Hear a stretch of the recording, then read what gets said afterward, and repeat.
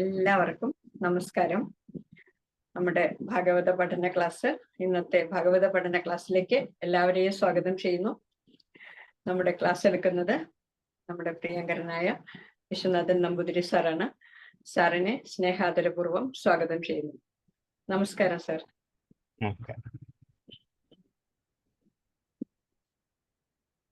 ഇന്ന് തൃതീയ സ്കന്ധം 10-ാം അധ്യായം 21-ാമത്തെ മുതൽ ശ്ലോകങ്ങളാണ്. നമസ്കാരം സർ. ഓം സഹനാവതു സഹനോ ഭുനക്തു സഹ വീര്യംകരവാവഹൈ തേജസ്വിനാവധീതമസ്തു മാ വിദ്വിഷാവഹൈ. ഓം ശാന്തി ശാന്തി ശാന്തി. യം പ്രവ്രജന്തമനുപേതമപേതകൃത്യം ദ്വൈപായനോ വിരഹകാതരയാജുഹാവ പുത്രേതി തന്മയതയാ തരവോഭിനേദുസ്തം സർവഭൂതഹൃദയം മുനിമാനതോസ്മി. സമാദരണീയരായ എല്ലാ പഠിതാക്കൾക്കും വിനീതമായ പ്രണാമം.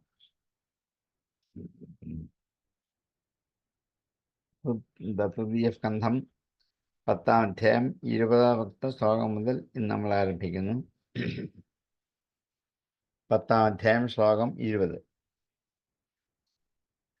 അവിദോ ഭൂരി തമസോ ഘ്രാണജ്ഞ ഹൃദ്യവേദിനാം ഗൗരജോ മഹിഷകൃഷ്ണസൂകരോ ഗവയോരുരു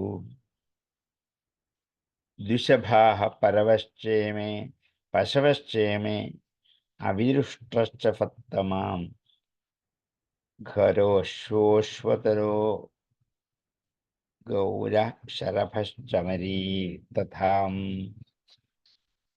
കഴിഞ്ഞ ക്ലാസ്സിൽ നമ്മൾ വൃക്ഷലതാദികളുടെ ഉൽപ്പത്തിയെക്കുറിച്ചാണ് പറഞ്ഞുകൊണ്ട് വന്നത്. സൃഷ്ടിക്രമത്തിലെ ആദ്യത്തെ സൃഷ്ടിയായിട്ട് മഹത്ത്, അതിൽ നിന്നും അഹങ്കാരം, അഹങ്കാരത്തിൽ നിന്നും ഭൂതസൃഷ്ടി, പഞ്ചഭൂതങ്ങളുടെയും തന്മാത്രകളുടെയും സൃഷ്ടി, അതിൽ നിന്നും ഇന്ദ്രിയങ്ങളുടെ സൃഷ്ടി, ജ്ഞാനക്രിയാത്മകങ്ങളായ ഇന്ദ്രിയങ്ങൾ, അവിടുന്ന് വൈകാരികങ്ങളായ ദേവവർഗങ്ങളുടെ സൃഷ്ടി, അവിടെ തന്നെ മനസ്സിൻ്റെ സൃഷ്ടി, പിന്നെ ആറാമത്തേതായിട്ട് അജ്ഞാനത്തിൻ്റെ സൃഷ്ടിയെക്കുറിച്ചും പറഞ്ഞു. അങ്ങനെ പ്രാകൃത വൈകൃത സൃഷ്ടികളിലെ ഭേദപ്രക്രിയകൾ വിശദമാക്കി. ഏഴാമത്തേല് 6 വിധത്തിലുള്ള സൃഷ്ടിയാണ്. അത് വൃക്ഷലതാദികളെക്കുറിച്ചുള്ള ഒരു ബോട്ടോണിക്കൽ സ്റ്റഡിയാണ് എന്ന് വേണമെങ്കിൽ നമുക്ക് പറയാവുന്ന മട്ടിൽ നമ്മൾ ബയോളജിയായിട്ട് വൃക്ഷങ്ങളുടെ വകതിരിവുകളെക്കുറിച്ച് 6ആയിട്ട് തിരിച്ചിട്ട് എന്തുകൊണ്ടാണ് 6ആയിട്ട് തിരിച്ചത്, അതിൻ്റെ സ്വഭാവങ്ങൾ, ഭേദങ്ങൾ, ഗുണങ്ങൾ ഇതെല്ലാം ചേർത്ത് വിസ്തരിച്ച് വർണ്ണിച്ചിട്ട് ഒടുവിൽ പറഞ്ഞു നിർത്തിയത് തിരശ്ച അഷ്ടമസർഗഃ സോ അഷ്ടാവിംശദ്വിധൂമതഃ എന്നാണ്. തിരശ്ചീനങ്ങളായ തിര്യക്കുകളായ ജീവിവർഗങ്ങൾ, അതാണ് 8ാമത്തെ സൃഷ്ടി. അത് 28 വിധത്തിലുണ്ട് എന്ന് പറഞ്ഞു. അപ്പം ഞാൻ പറഞ്ഞു, നമുക്ക് സുവോളജിക്കലായിട്ട് ഇതിനെ ഒന്ന് നിരൂപണം ചെയ്യുമ്പോൾ ലോകത്തിൽ ഈ പ്രകൃതിയിലുള്ള സമസ്ത ജീവജാലങ്ങളെയും 28ആയിട്ട് വർഗീകരിച്ചു. മോഡേൺ സുവോളജി സയൻസ് അങ്ങനെയാണോ എന്ന് എനിക്കറിയില്ല. പഠിച്ചവർക്ക് ആർക്കെങ്കിലും ഉണ്ടെങ്കിൽ അറിയാം എങ്ങനെയാണ് എൻ്റെ വിഭാഗീകരണം എന്ന്. എന്തായാലും ഭാഗവതത്തിൽ 28 വിഭാഗത്തെക്കുറിച്ച് പറയുന്നുണ്ട്. ഒന്ന് അവിദഹ. അവിദഹ എന്ന് വെച്ചാൽ അറിവില്ലാത്ത. വിദ് അറിവ്, അവിദഹ അറിവില്ലാത്ത. ഭൂരിതമസ അധികമായും തമോ ഗുണം അധികരിച്ചിരിക്കുന്ന, അജ്ഞാനമുള്ള, അറിവില്ലാത്ത.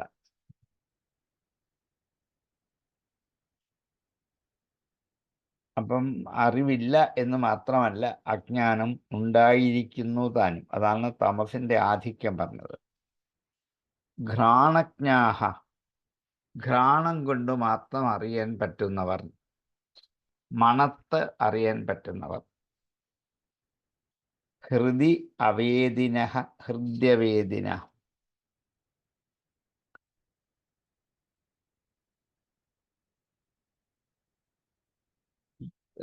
ഹൃദയം കൊണ്ട് വളരെ ദൂരെ ഉള്ളതിനെ അറിയാൻ പറ്റാത്തവരാണ് ഹൃദി അവേദിന. അവേദികൾ അറിയാൻ പറ്റാത്തവർ. ഹൃദയം കൊണ്ട്, മനസ്സുകൊണ്ട് കാര്യങ്ങളെ അറിയാൻ പറ്റാത്തവർ. ഹൃദി അവേദിന, ദൂരെയുള്ളതൊന്നും. ഒരുപക്ഷെ അടുത്തുള്ള അറിഞ്ഞെന്ന് വരാം, ദൂരെയുള്ളത് അറിയില്ല. ഇവരെയാണ് ഒരു വിഭാഗം ജീവവർഗങ്ങളുടെ സൃഷ്ടി. അവരുടെ പൊതുവായ സ്വഭാവം പറഞ്ഞാണ് അവിത്തുക്കളാണ്, ഭൂരിതമസ്സുകളാണ്, ഘ്രാണജ്ഞന്മാരാണ്, ഹൃദി അവേദികളാണ്. അതൊക്കെ ആരെന്ന് ചോദിച്ചാൽ ഗൗഹു, അജോ, മഹിഷ, കൃഷ്ണ, പൂകരോ, ഗവയോ, ഒരുരുഹു. ഇത്രയായിരുന്നു.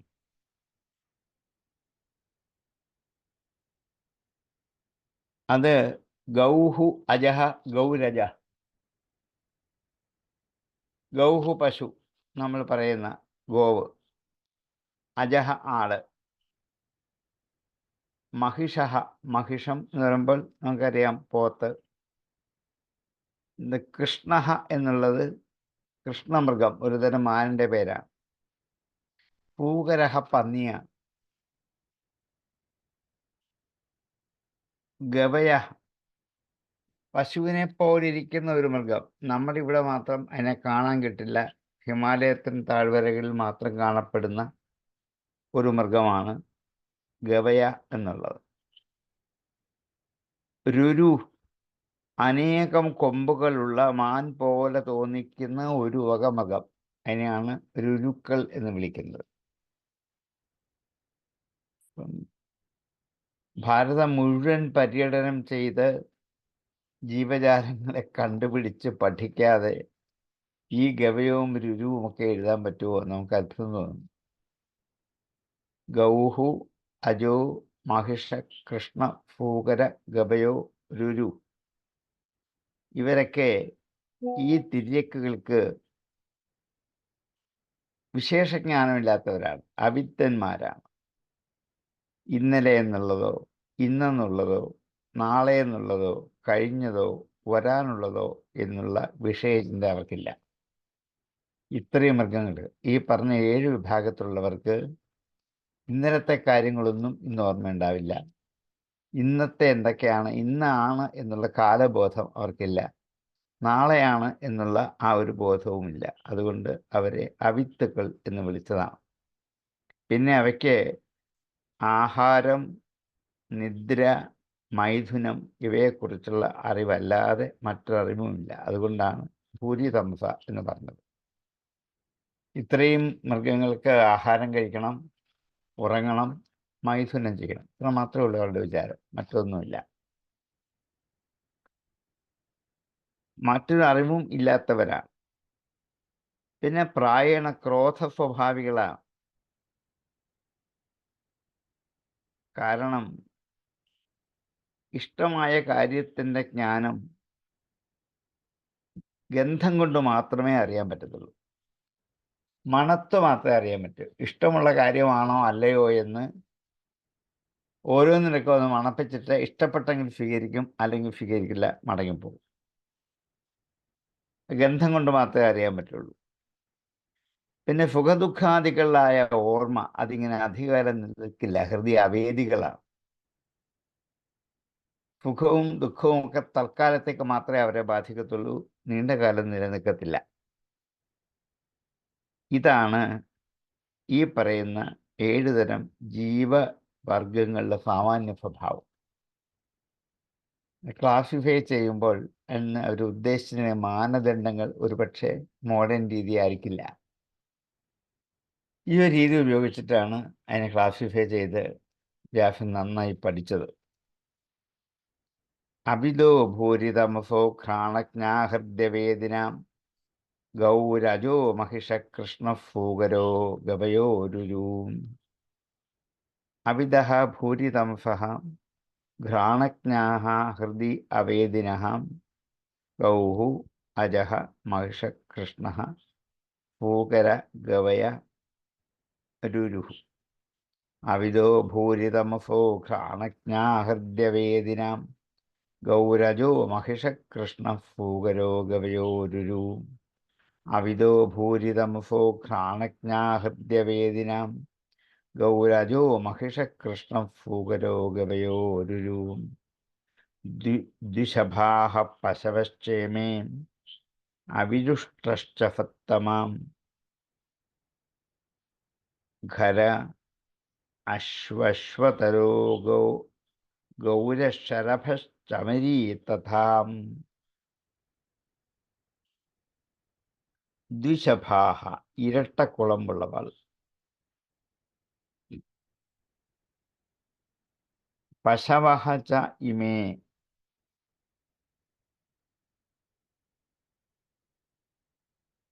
ഈ 7 എണ്ണവും ഇരട്ടക്കുളമ്പുകളുള്ള പശുക്കൾ ഉള്ള ദ്വിശഭാഃ പശവശ്ച ഇമേ. ഇത്രയും ആൾക്കാരെ ഒന്നിച്ച് പശുക്കൾ എന്ന് വിളിക്കും. സംസ്കൃത ഭാഷയിൽ അങ്ങനെയാണ്. നമ്മൾ മലയാളത്തിൽ പറയുന്ന പശുവിന് ഗോ എന്ന് മാത്രമേ പറയുള്ളൂ. മൃഗങ്ങളുടെ സാമാന്യവാചിയാണ് പശുക്കൾ. ഈ 7 തരം മൃഗങ്ങളെയും പശുക്കൾ എന്ന് വിളിക്കാം. അതുകൂടാതെ 2 എണ്ണം കൂടെ കൂട്ടിച്ചേർക്കുന്നു, ഇരട്ടക്കുളമ്പുള്ള 2 എണ്ണം. ഒന്ന് അവിഹി, ഉഷ്ട്രഹ. അവിഹി എന്ന് പറഞ്ഞ ചെമ്മരിയാട്, ഉഷ്ട്രം എന്ന് വെച്ചാൽ ഒട്ടകം. ഇത് ദ്വിശഭങ്ങളാണ്, ഇരട്ടക്കുളമ്പ് ഉള്ളവരാണ്. ഹേ സത്തമ. സയൻസ് പഠിക്കുന്ന പോലെ പറഞ്ഞ് പഠിപ്പിക്കുകയാണ് ഇതിൻ്റെ. ഇത് നമ്മൾ സ്കൂളിൽ പഠിച്ചതൊന്നാണ്. ഇരട്ടക്കുളമ്പുള്ളത്, ഒറ്റക്കുളമ്പുള്ളത്, ഇന്ന മൃഗങ്ങളാണ് എന്ന് എത്ര കാലം മുമ്പ് ഭാഗവതം അതേപോലെ ആവിഷ്കരിച്ച് നമ്മെ പറഞ്ഞ് മനസ്സിലാക്കി. പക്ഷെ നമ്മെ പഠിപ്പിച്ചത് ഇതൊക്കെ വിദേശികൾ നൽകിയ സംഭാവന മാത്രമാണ്. നമുക്കാർക്കും മൃഗങ്ങളെക്കുറിച്ചൊന്നും അറിയില്ലായിരുന്നു എന്നൊക്കെയാണ് നമ്മളെ ധരിപ്പിച്ചത്. നമ്മൾ കണ്ണടച്ച് വിശ്വസിക്കുകയും ചെയ്തു. അങ്ങനെ ആയിക്കോട്ടെ എന്ന് വിചാരിച്ചു. ദ്വിശഭ പശവശ്ചേമേ അവിഹി ഉഷ്ടശ്ച അവിരുഷ്ടശ്ച സത്തമാം.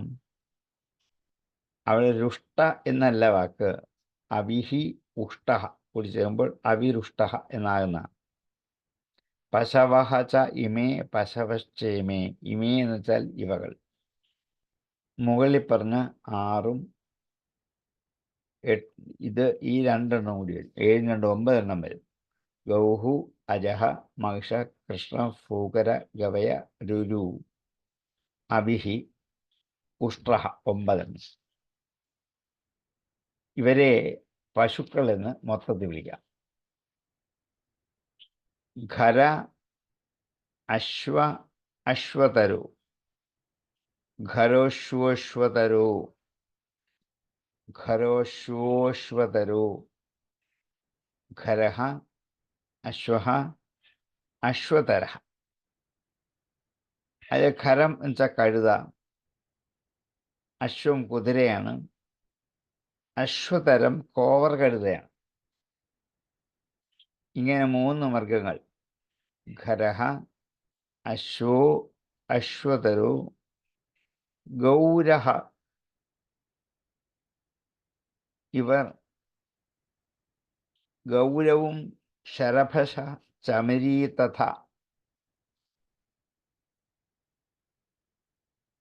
ശരഭവും ചമരിയും അങ്ങനെ തന്നെയാണ്. ഗൗരം എന്നുള്ളതും ഒരു മൃഗത്തിൻ്റെ പേരാണ്. മഞ്ഞ നിറത്തിലുള്ള കോവർ കഴുതകളുടെ വർഗത്തിൽപ്പെടുന്ന മൃഗമാണ് ഗൗരം. ശരഭം മാനുകളാണ്. 8അടിമാൻ എന്നൊക്കെ നമ്മൾ മലയാളത്തിൽ പറയും. ചമരിയും മാനാണ്. വെൺചാമരം ഉണ്ടാക്കിയെടുക്കുന്ന മാനിൻ്റെ പേരാണ് ചമരിമാനുകൾ. ചമരിമാനുകളുടെ വാലിൻ്റെ അഗ്രം ഊരിയെടുത്തിട്ടാണ് വെൺചാമരമാക്കി ആനപ്പുറത്ത് നമ്മൾ വീശാനൊക്കെ ഉപയോഗിക്കുന്നത്. അവരെ ചമരിമാനുകൾ എന്ന് പറയാം. അപ്പം ഗൗരം, ശരഭം, ചമരി, ഖരം, അശ്വം, അശ്വതരം, ഈ 6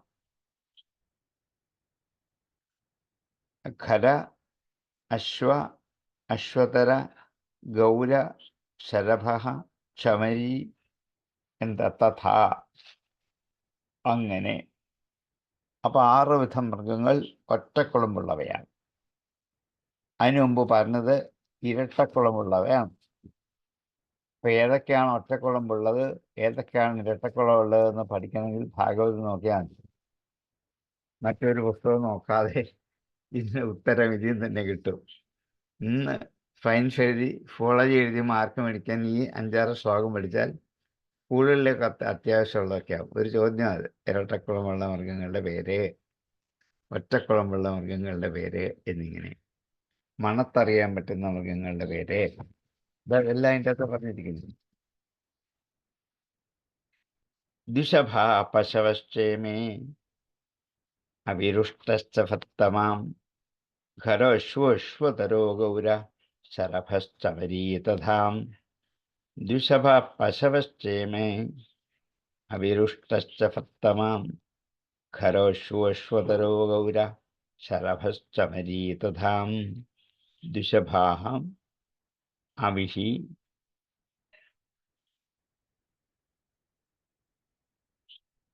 ഉഷ്ട്രഃ ച ഹേ ഫത്തമ. ദ്വിഷഭാഃ ഖരഃ, അശ്വഃ, അശ്വതരഃ, ഗൗരഃ, ശരഭഃ, ചമരീ തഥാ. ഇനിയും ബാക്കി പറയാൻ പോകാത്ത ശ്ലോകത്തിൽ.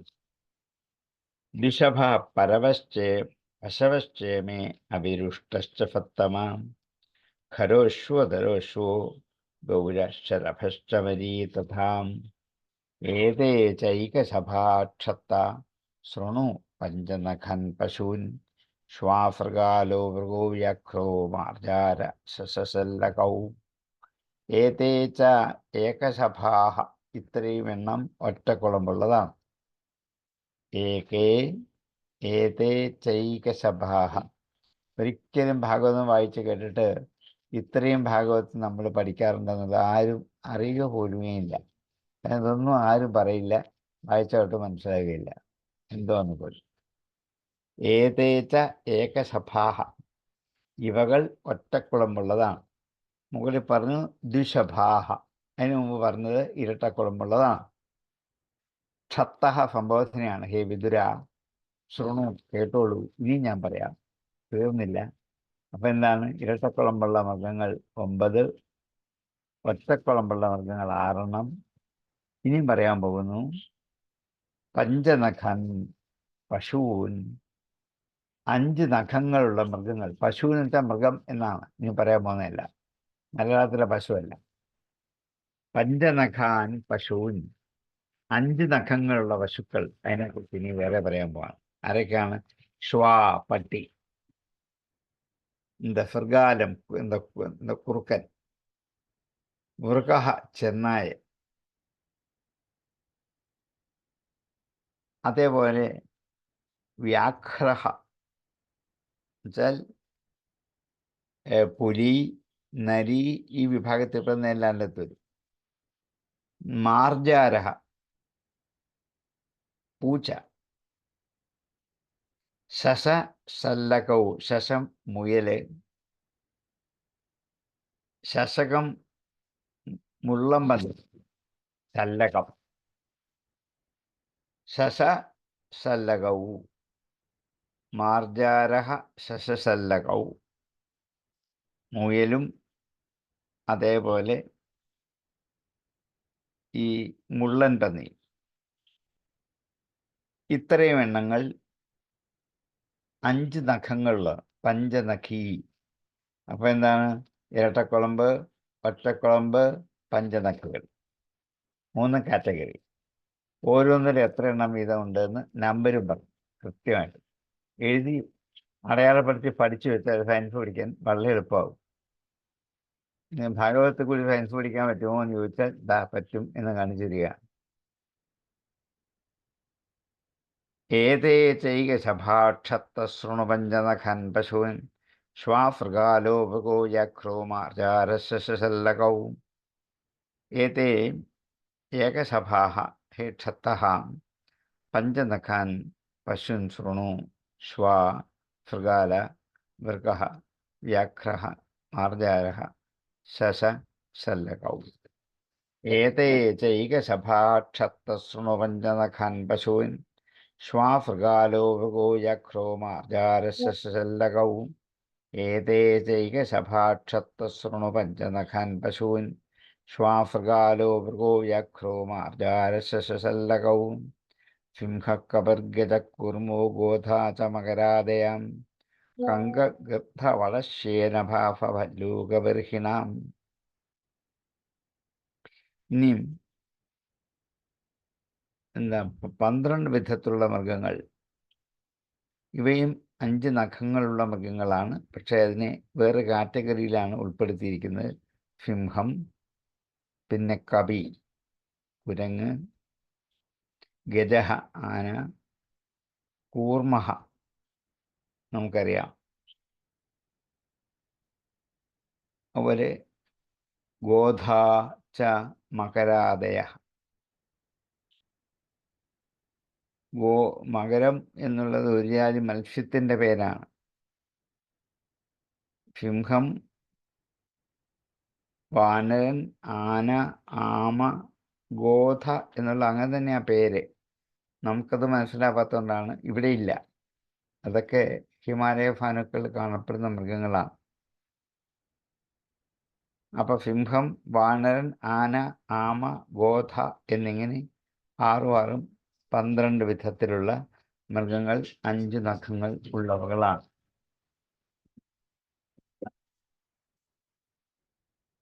നമ്മുടെ ക്ലാസ് കഴിഞ്ഞ് വിളിക്കാം. 10 പറഞ്ഞില്ലെങ്കിൽ വിളിക്കാം. ആ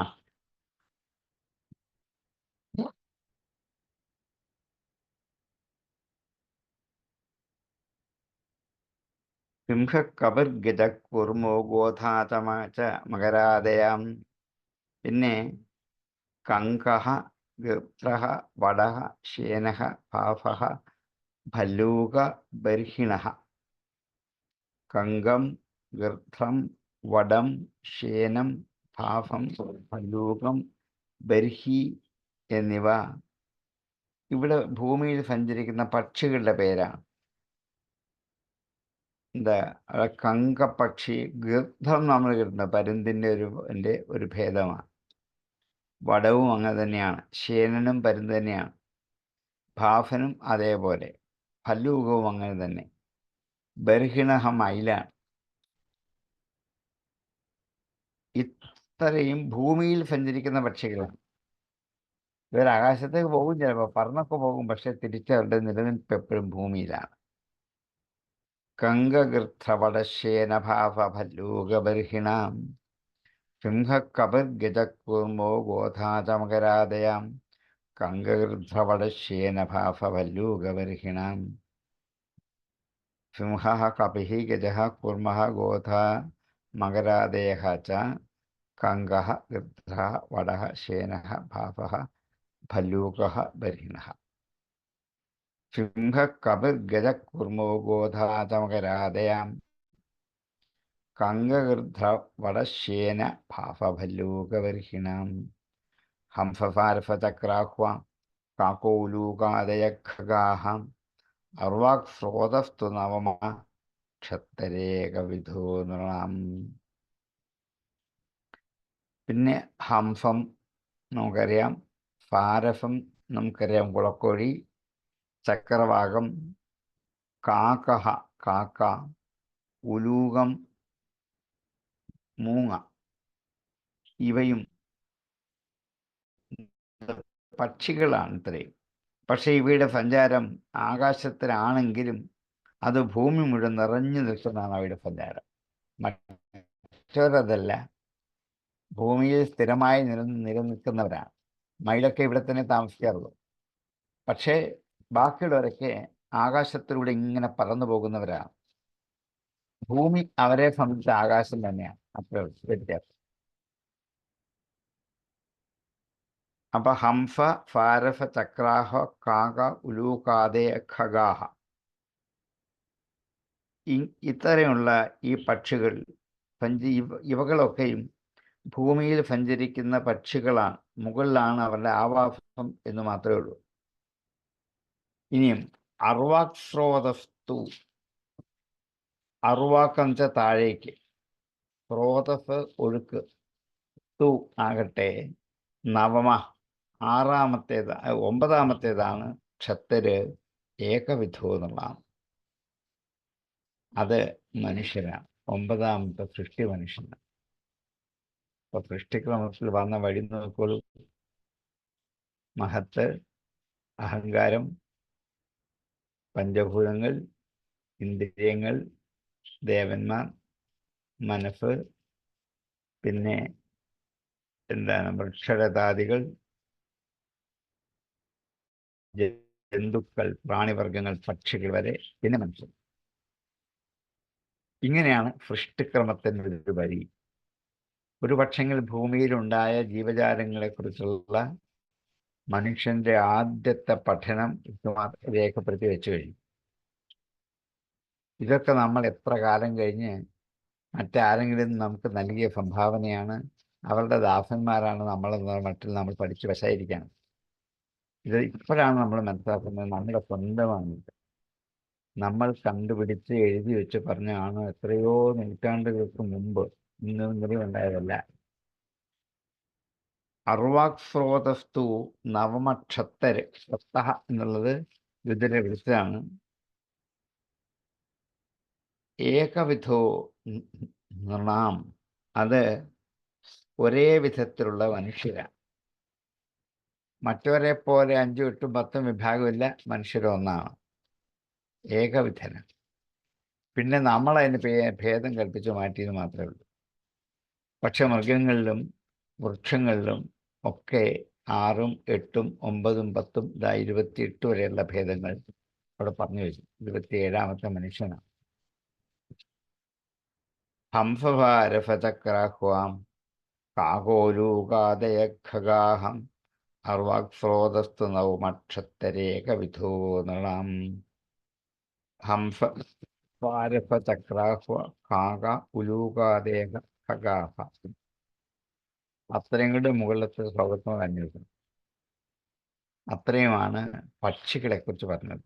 പക്ഷികൾ കാകൻ, ഗൃദ്ധൻ, വടം, ശേനൻ, ഭാഫൻ, ഭല്ലൂകൻ, ദർശി. ഇതുകൂടാതെ ഹംസം, പാരഫം, ചക്രവാകം, കാകം, തുൽ എന്നിങ്ങനെ 7, 5, 12 വിധത്തിലുള്ള പക്ഷികൾ. ആദ്യത്തെ വിഭാഗം ഭൂമിയിൽ സ്ഥിരതാമസമുള്ളതും മറ്റേത് ആകാശത്ത് താമസിക്കുകയും ഭൂമി മുഴുവനും കറങ്ങി നടക്കുന്നവരുമായ പക്ഷികൾ. പക്ഷികളെക്കുറിച്ചുള്ള നല്ല പഠനമുണ്ട്, ഇനിയുണ്ട്. ഭാഗവത്തിൽ ചില ഋതുവർണ്ണന വരുമ്പോൾ നല്ല സുന്ദരമായിട്ട് ഈ പക്ഷികളുടെ ഭാഗത്ത്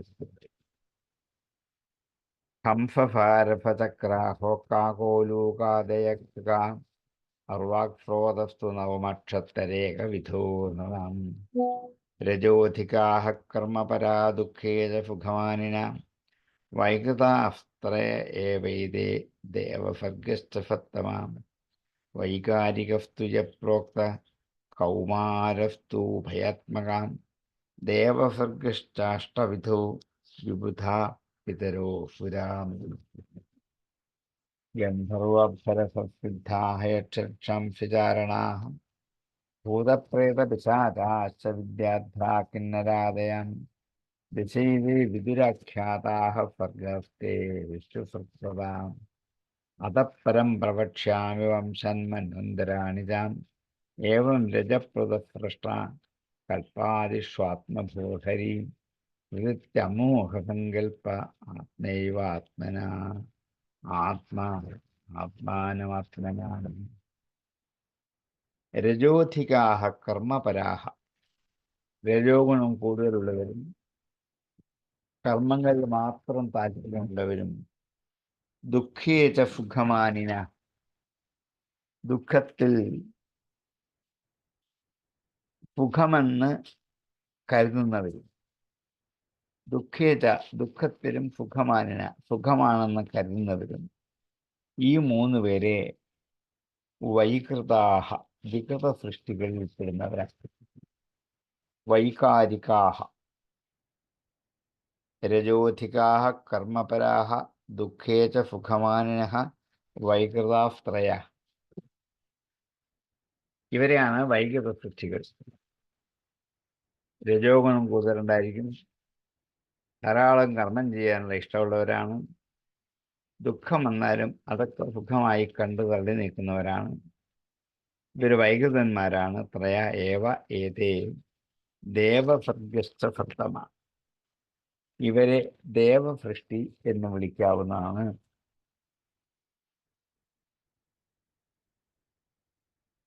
ഇത് വൈകൃത സൃഷ്ടിയാണ്, വികൃത സൃഷ്ടിയിൽ ഉൾപ്പെടുന്നവരാണ്.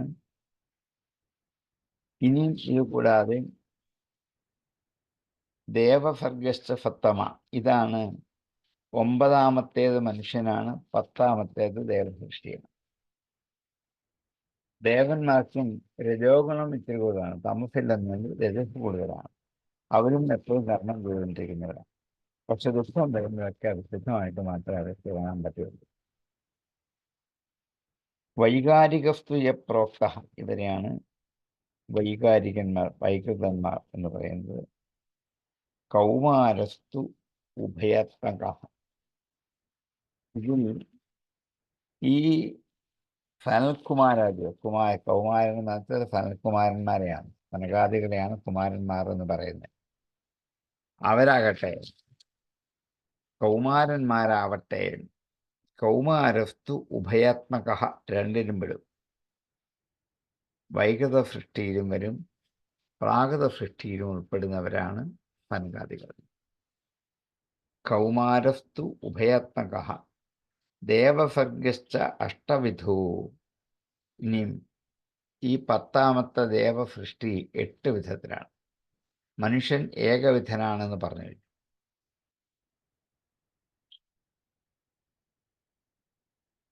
തിര്യക്കുകളായ ജീവജാലങ്ങൾ 28, വൃക്ഷലതാദികൾ 6, മനുഷ്യൻ 1, ദേവന്മാര് ഇവിടെ അഷ്ടവിധോ 8 വിധത്തിൽ. എത്ര വ്യക്തമായിട്ട് കണക്കെടുത്താണ് ഈ സൃഷ്ടിക്രമത്തെക്കുറിച്ച് പറയുന്നത്. ഒരു വസ്തുത ശരിക്കും പഠിച്ച് നോട്ട് എഴുതി നമുക്ക് നന്നായിട്ട് പഠിച്ച് മനസ്സിലാക്കി വെച്ചാൽ കണക്ക് ചെയ്യുന്ന പോലെ ഇതിൻ്റെ സ്വഭാവം മനസ്സിലാക്കാൻ പറ്റും. ദേവസർഗശ്ച അഷ്ടവിധോ ആരൊക്കെയാണ്? വിബുധാ പിതരോ സുരാഹ ഗന്ധർവ അപ്സരസസിദ്ധ യക്ഷരക്ഷാംസിചാരണാഃ ഭൂതപ്രേത പിശാചാശ്ച വിദ്യാത്രാ കിന്നരാദയഃ ദശൈതേ വിദുരാഖ്യാതാഃ സർഗാസ്തേ വിശ്വസർകൃതാഃ. ഇതാണ് ദേവസൃഷ്ടികൾ. രജോ ഗുണം അധികരിച്ചുള്ളവരും കർമ്മപരന്മാരും ആയി താല്പര്യമുള്ളവർ, ദുഃഖത്തെ സുഖമായി കണ്ട് കഴിയുന്ന ഈ 3 വിഭാഗക്കാർ. ഇവർ 3ഉം വൈകൃത സൃഷ്ടികൾ ഉൾപ്പെടുന്നവരാണ്. ഇനി വൈകാരികമായ സൃഷ്ടി അല്ലെങ്കിൽ സാത്വിക സൃഷ്ടിയാകട്ടെ മുമ്പ് പറയപ്പെട്ട് കഴിഞ്ഞു. സനൽകുമാരാദികളായ ആ സൃഷ്ടി അതിൽ ഉൾപ്പെടുന്ന ഉഭയാത്മകമാണ്, പ്രാകൃതവുമാണ് വൈകൃതവുമാണ്. ഇത് രണ്ടിലും അവർക്ക് സംബന്ധമുള്ളതാണ്. ദേവന്മാരുടെ സൃഷ്ടി 8 വിധത്തിലുണ്ട്. അത്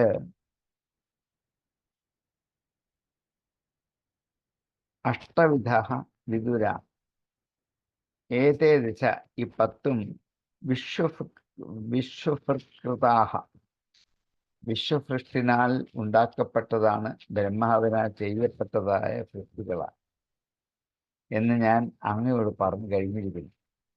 ഇനിമേൽ അവരുടെ വംശങ്ങളെക്കുറിച്ചും മന്വന്തരങ്ങളെക്കുറിച്ചും ഞാൻ പറയാൻ പോവുകയാണ്. വിസ്തരിച്ച് പറയാൻ അത് കേട്ടോളൂ എന്ന്. കാരണം മനുഷ്യധർമ്മത്തെക്കുറിച്ച് പറഞ്ഞു. അവർ രജോഗുണം കൂടിയവരാണ്, കർമ്മതൽപരരാണ്, അവർ സുഖത്തെക്കൂടി ദുഃഖമാണെന്ന് അഭിമാനിക്കുന്നവരാണ്.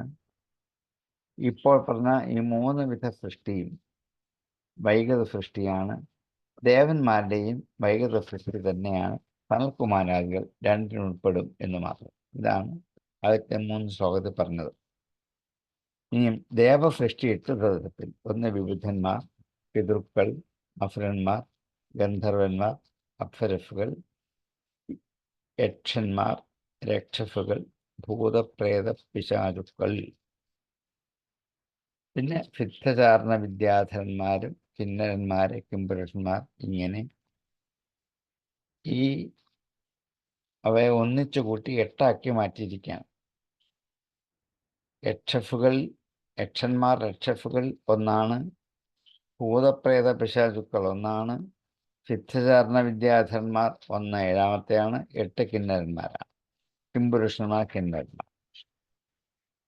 അതുകൊണ്ട് ഇത്രയും സൃഷ്ടിയിലാണ് ദേവസൃഷ്ടിയിലുള്ള വ്യത്യസ്തതകൾ.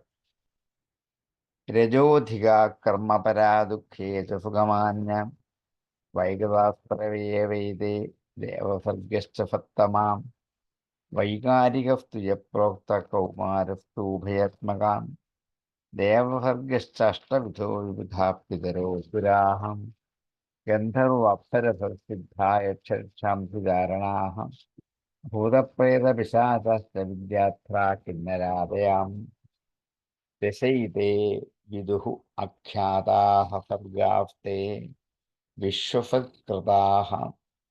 ഏതേ ദശ, ഈ 10 വിദുര ആഖ്യാതാഃ, ഹേ വിദുര, ഞാൻ പറഞ്ഞു കഴിഞ്ഞിരിക്കുന്നു. സർഗാഃ തേ, സൃഷ്ടികളെക്കുറിച്ച് അങ്ങയോട്. വിശ്വസൃകൃതാഃ, ബ്രഹ്മാവിനാൽ സൃഷ്ടിക്കപ്പെട്ടതാണ് ഇതെല്ലാം. വിശ്വസൃക്ക് എന്ന് വെച്ചാൽ ബ്രഹ്മാവ്, വിശ്വത്തെ സൃഷ്ടിച്ചവൻ, അവനാൽ സൃഷ്ടിക്കപ്പെട്ടതാണ് ഇത് മുഴുവനും. അതപ്പരം പ്രവക്ഷ്യാമി വംശാൻ, ഇനിയും ഞാൻ വംശങ്ങളെക്കുറിച്ചും മന്വന്തരങ്ങളെക്കുറിച്ചും പറയാം. ആദ്യം ചോദിച്ച സൃഷ്ടിയെക്കുറിച്ചാണ്, കാലസൃഷ്ടിയെക്കുറിച്ചാണ് ചോദിച്ചത്. കാലത്തിൻ്റെ ഒരു ഭാഗമാണ് സൃഷ്ടി. ഇനിയും കാലത്തിൻ്റെ അളവുകളെക്കുറിച്ച് ഞാൻ പറയാം. എവിടം മുതൽ എവിടം വരെയാണ് കാലത്തെ അളന്ന് ചിട്ടപ്പെടുത്തിയിരിക്കുന്നത്.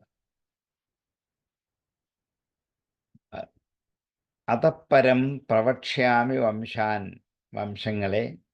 മന്വന്തരാണിച്ച, മന്വന്തരങ്ങളെക്കുറിച്ചും പറയാം.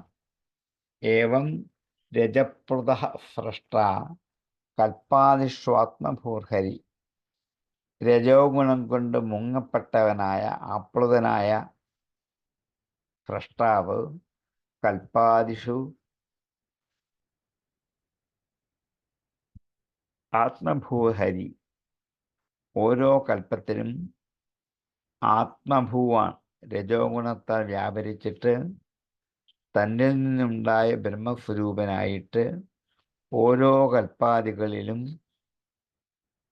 സൃജതി, സൃഷ്ടിക്കുന്നു. അമോഘ സങ്കല്പ, സത്യമായ സങ്കല്പത്തോടെ. അമോഘമായ, മോഘം എന്നുവെച്ചാൽ സത്യമല്ലാത്തത്, അമോഘം സത്യമായത്. അമോഘ സങ്കല്പ, സത്യമായ സങ്കല്പത്തോടുകൂടി. ആത്മൈവ ആത്മന, ആത്മാനം ആത്മന, പരമാത്മാവ് തന്നെയാണ് താനാകുന്ന ഈ മനുഷ്യസ്വരൂപമാകുന്ന ഒരു ഉപായം സ്വീകരിച്ചുകൊണ്ട് നിൽക്കുന്ന ഈ ഞാനെന്ന ജീവാത്മാവ്. അതും ആത്മാനം സൃജതി, ആത്മാവിനെ തന്നെ സൃഷ്ടിക്കുന്നു.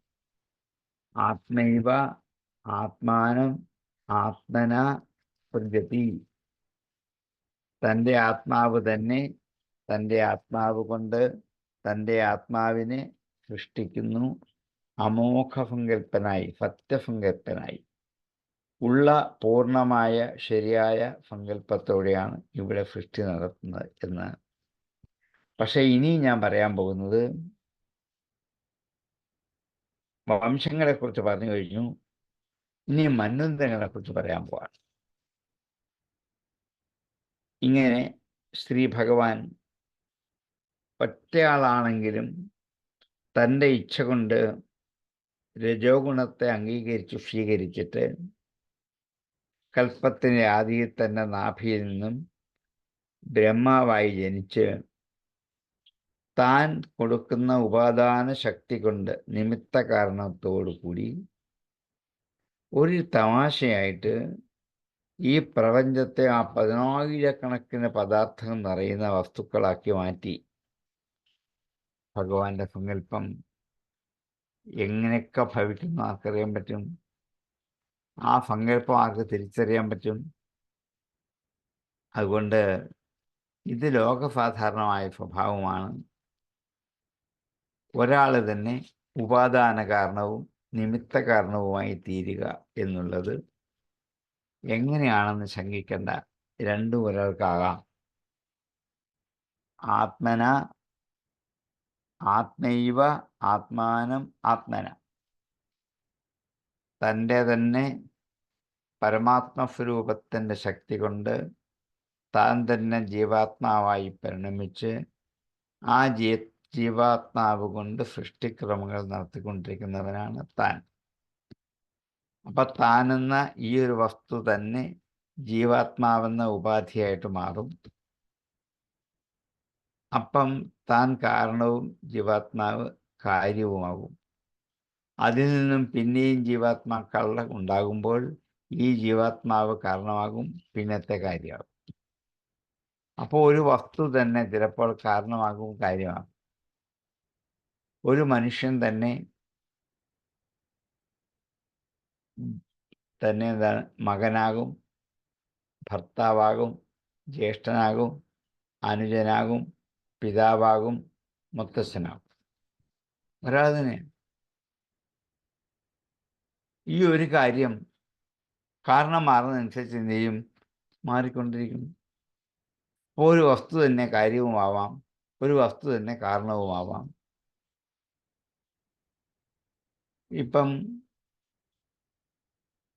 അരി കാണാം.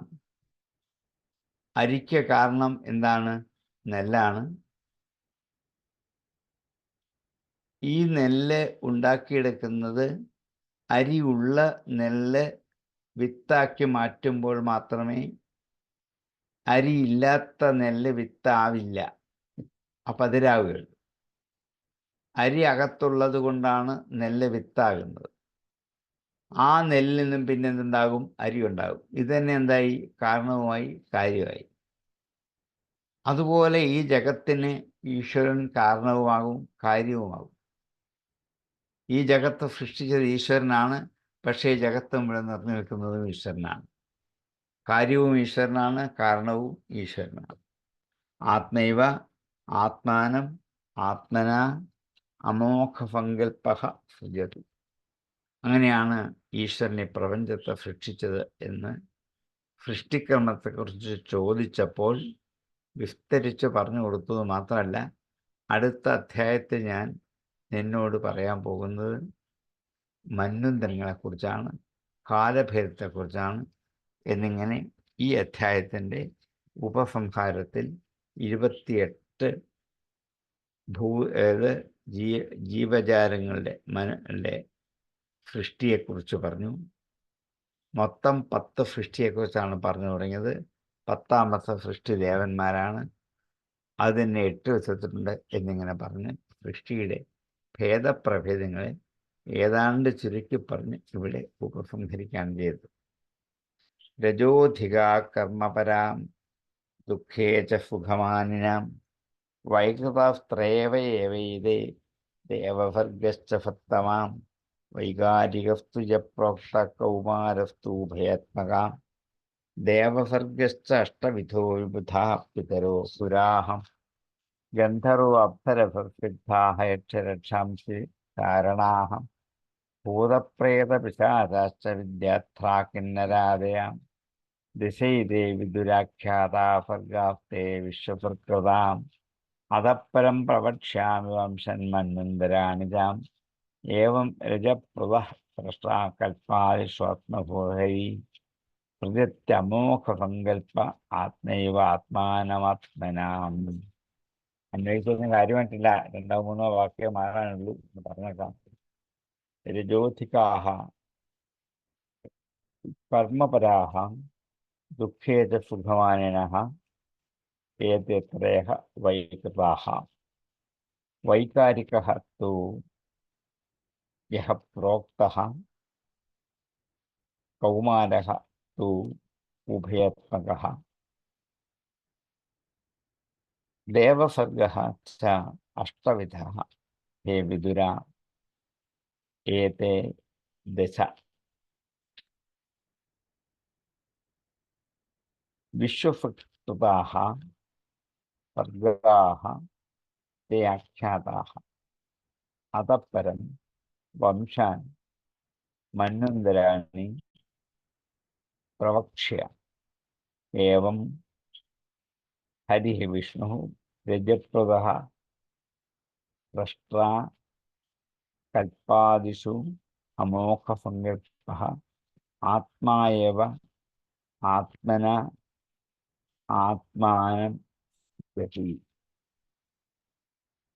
രജോധികാ കർമ്മപരാ ദുഃഖേ ച സുഖമാനിനാം വൈകൃതാസ്ത്രയേ ഏവൈതേ ദേവസർഗശ്ച സത്തമാം. വൈകാരികസ്തു യപ്രോക്ത കൗമാരസ്തു ഉഭയാത്മകാ. ദേവസർഗശ്ച അഷ്ടവിധോ വിഭുധാപ്തിതരോ സുരാഃ. ഗന്ധർവ്വപ്സരസസിദ്ധാഃ യക്ഷരക്ഷാംശചാരണാഃ. ഭൂതപ്രേതപിശാചാശ്ച വിദ്യാർത്ഥാ കിന്നരാദയാം. ദശൈതേ വിദുരാഖ്യാതാഃ സർഗസ്തേ വിശ്വസൃഷ്ടാഃ. അതഃ പരം പ്രവക്ഷ്യാമി വംശൻ മന്വന്തരാണി ചാം. ഏവം രജപ്രദസ്രഷ്ടാ കൽപ്പാദിഷ്വാത്മഭൂർഹരി. സൃജത്യമോഘസങ്കല്പ ആത്മൈവാത്മാനമാത്മനാം.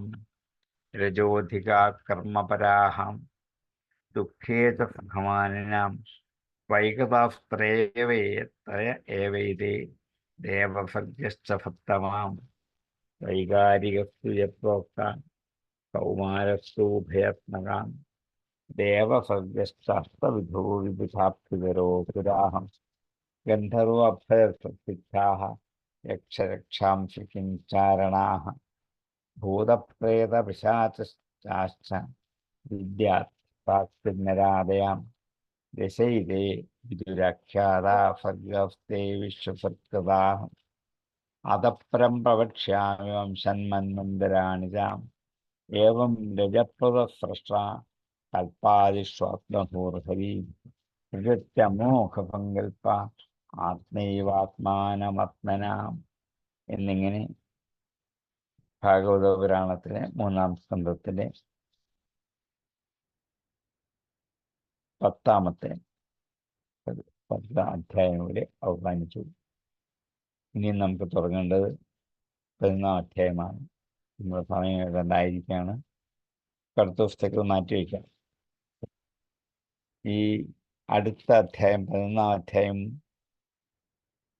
കാലത്തെക്കുറിച്ചാണ്. ഇപ്പം പറഞ്ഞ സൃഷ്ടിയെക്കുറിച്ചാണ്. അവിടെയാണ് ബോട്ടണിയും ബയോളജിയും വേണ്ടി വരുന്നത്. ഇനിയും പറയാൻ പോകുന്ന കാലത്തെക്കുറിച്ച് പറയുമ്പോൾ കെമിസ്ട്രിയും ഫിസിക്സും മാത്രമേ ഉള്ളൂ. ഇനി അങ്ങോട്ട് ഒരധ്യായം മുഴുവൻ ഫിസിക്സ് പഠിപ്പിക്കുക നമുക്ക് അത്ഭുതം. ഭാഗവത്തിൽ നമ്മൾ എത്ര ദൂരെ പോയി നിൽക്കുകയാണ് നോക്കുന്നത്. നമ്മളിപ്പം പഴയ വല്ല സ്കൂളിലോ കോളേജിലോ പോയിരിക്കുകയാണ് എന്ന് തോന്നിക്കില്ല. ഭാഗവതം പഠിക്കാൻ തോന്നിക്കില്ല. കാരണം അത്രയ്ക്ക് നമ്മളെ ദൂരേക്ക് കൊണ്ടുപോകാൻ പറ്റുന്ന ഒരു കഴിവ് ഭാഗവതത്തിനുണ്ട് എന്നുള്ളത് ഒരു തിരിച്ചറിവുണ്ടായി ഭാഗവതം പഠിച്ചാൽ നന്നായിരിക്കും. സംശയം ഉണ്ടെങ്കിൽ ചോദിക്കാം, അല്ലെങ്കിൽ നമുക്ക് പ്രശംസിക്കാം. ഓം പൂർണ്ണമദ പൂർണ്ണമിദം പൂർണ്ണാത് പൂർണ്ണമുദച്യതേ പൂർണ്ണസ്യ പൂർണ്ണമാദായ പൂർണ്ണമേവാവശിഷ്യതേ. ഓം ശാന്തി ശാന്തി ശാന്തി.